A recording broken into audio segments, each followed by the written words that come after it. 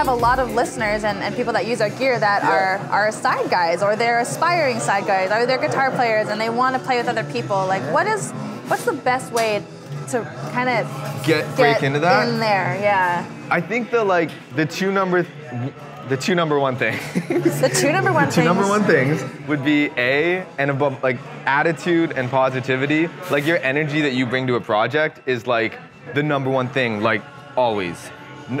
In my opinion, like, when you're on the road and you're touring, there's 1 hour on stage and 23 hours of being about this close to people, like, all the time. And you gotta at least love them or pretend to love them and bring a positive vibe to that, because there's so many people in the world and musicians that, like, to sort of get your leg up, it's being a nice person and that positivity. And then the second thing that I think it is specifically as a side musician or a freelance musician or whatever you want to call it, is to remember that, like, you're there to help the artist's vision. So your number one job, you could say, would be to make them sound as great as possible.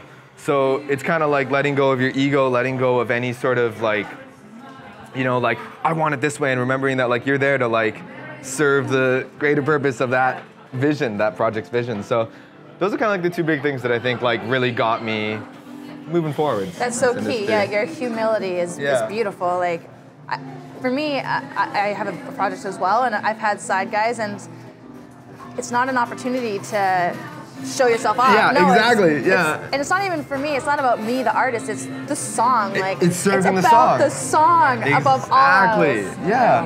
And so that's, like, one of the things that I feel like, as long as you serve the song and you can be somebody that can serve a song, like, that's what I always look for in musicians I play with when I get at higher bands and whatnot, like when I'm in the MD position. So it's all about serving the song, and ever so often, like, you get your chance to play your fast 16th notes and do your thing, and and that serves a purpose, but ultimately it's serving the song and serving the vision of the project.